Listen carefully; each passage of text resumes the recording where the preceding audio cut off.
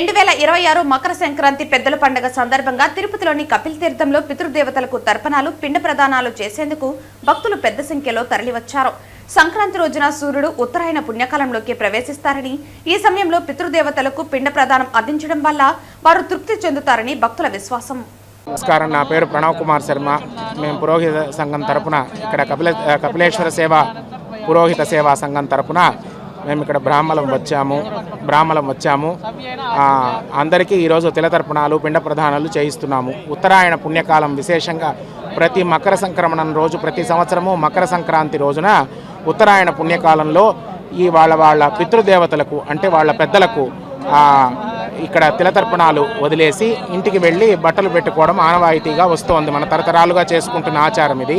అలాగే పిండ ప్రదానాలు కూడా అలా చేసుకుని కపిలేశ్వర స్వామి వారి సన్నిధిలో ఈ మహత్కార్యం జరగడం అందరి సుకృతం. ఇందులో పాల్గొనడం మా అదృష్టం. తిలతర్పణాలు వాళ్ళ పితృదేవతలకి నీరు అందడానికి అనేది, తిలలు అంటే నువ్వుల్ని మహావిష్ణు స్వరూపంగా మహావిష్ణు ఒంటి నుంచి వచ్చాయంట తిలలు అంటే నువ్వులు.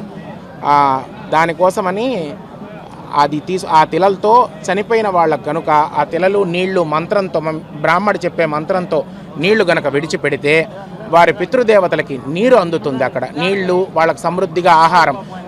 బ్రాహ్మణులకు ఎవరైతే స్వయం పాకం తిలతర్పణమైన తర్వాత స్వయం పాకం అంటే పప్పు, ఉప్పు, బియ్యము, కూరగాయలు, చింతపండు, నెయ్యి ఇలా వగైరా వస్తువులన్నీ తీసుకొచ్చి బ్రాహ్మడికి స్వయం పాకంగా ఇస్తారు.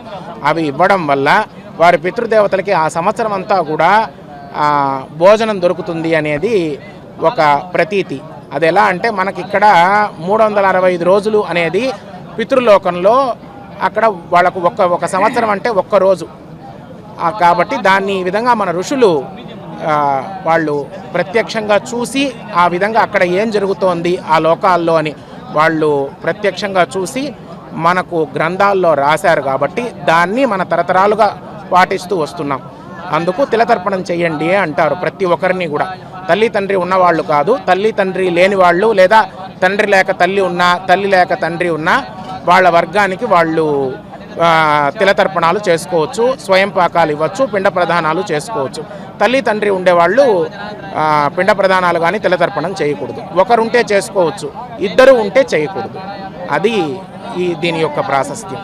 ఈ సంక్రాంతి గురించి మన హిందువులందరికీ చాలా విశేషమైన ప్రాధాన్యం గురించి అందరికీ తెలుసు.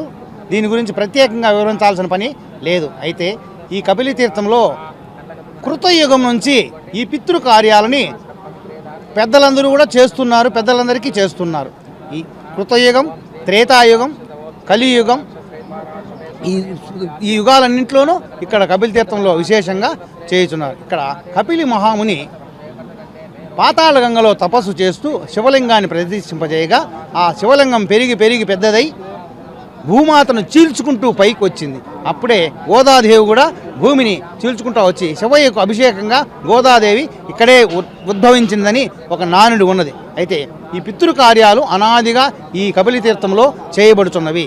ఈ కాశీ కంటే ఎక్కువ విశేషంగా ఇక్కడ ఈ కార్యక్రమాల్ని భావిస్తారు. ఇక్కడ ఎవరైనా తెలుసో మర్చిపోయి ఉంటే ఈ కపిలి తీర్థంలో గ్యాప్ వచ్చి చేయకుండా ఉంటే ఈ కపిలి తీర్థంలో చేస్తే సమస్య పరిష్కారం అవుతుందని, పితృదేవతల ఆశీర్వాదం ఉంటుందని, వంశము గోత్రం అభివృద్ధి చెందుతుందని ఈ పితృకార్యాల యొక్క ముఖ్య ఉద్దేశము. ఇక్కడ ఈసారి మా బ్రాహ్మణులందరికీ చాలా సౌకర్యం కల్పించినటువంటి విజిలెన్స్ డిపార్ట్మెంట్ పెద్దలందరికీ, మరియు ఫారెస్ట్ ఆఫీసర్ వాళ్ళకి, ఫారెస్ట్ డిపార్ట్మెంట్ వాళ్ళందరికీ, ఇంకా మిగతా మీడియా వారికి పేరున ధన్యవాదాలు తెలియపరుచుకుంటూ ఈసారి ఈ కార్యక్రమాలు చాలా విజయవంతం అవుతాయి కూడా. అయితే భక్తులకు ఎలాంటి ఇబ్బంది లేకుండా వచ్చిన వాళ్ళు వచ్చినట్లు ఇన్ అవుట్ పెట్టారు కాబట్టి చాలా సౌకర్యంగా ఉన్నది.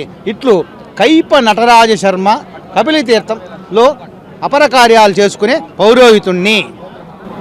ఉండేది 2-3 సంవత్సరాలుగా గమనిస్తూ ఉన్నాము. ఈ కార్యక్రమాన్ని ఎలాగైనా ఈ పక్క స్థలంలోకి, ఫారెస్ట్ డిపార్ట్మెంట్లోకి ఈ డిపార్ట్మెంట్ స్థలం ఉపయోగించుకుంటే ప్రజలందరికీ, నగరవాసులందరికీ సౌకర్యంగా ఉంటుంది, యాత్రికులు కూడా ఇబ్బంది లేకుండా ఉంటుందనే ఉద్దేశంతో మనం ఎమ్మెల్యే గారికి ఈ యొక్క విషయమై లెటర్ పెట్టినాము. ఎమ్మెల్యే గారికి తెలియజేసి మళ్ళీ ఫారెస్ట్ డిపార్ట్మెంట్ డిఎఫ్ఓ గారికి కూడా ఈ స్థలాన్ని ఒక్కరోజుకు వినియోగించుకునే విధంగా అవకాశం కల్పించాల్సిందిగా ప్రార్థన చేస్తూ మేము లెటర్ పెట్టుకున్నాము. దాన్ని పరిశీలన చేసి ఎమ్మెల్యే గారి యొక్క చొరవతో డిఎఫ్ఓ గారు కూడా దీనికి అంగీకరించి మొన్న 2 రోజుల ముందు శాంక్షన్ చేసినారు. కాబట్టి ఈ విధంగా జరగడం చాలా సంతోషదాయంగా ఉంది. ఇంతకు మునుపు సంవత్సరం ప్రతి సంవత్సరము రోడ్డు వైపే అయ్యవార్లు పుర ప్రజలు కూర్చొని చాలా ఇబ్బంది పడుతున్నారు. ఒకరి మీద ఒకరు జనాలు తోపులాట జరిగేది. ఇప్పుడు ఆ వాతావరణం లేకుండా చాలా ప్రశాంతంగా ఈ గార్డెన్లో కూర్చొని చేసుకోవడం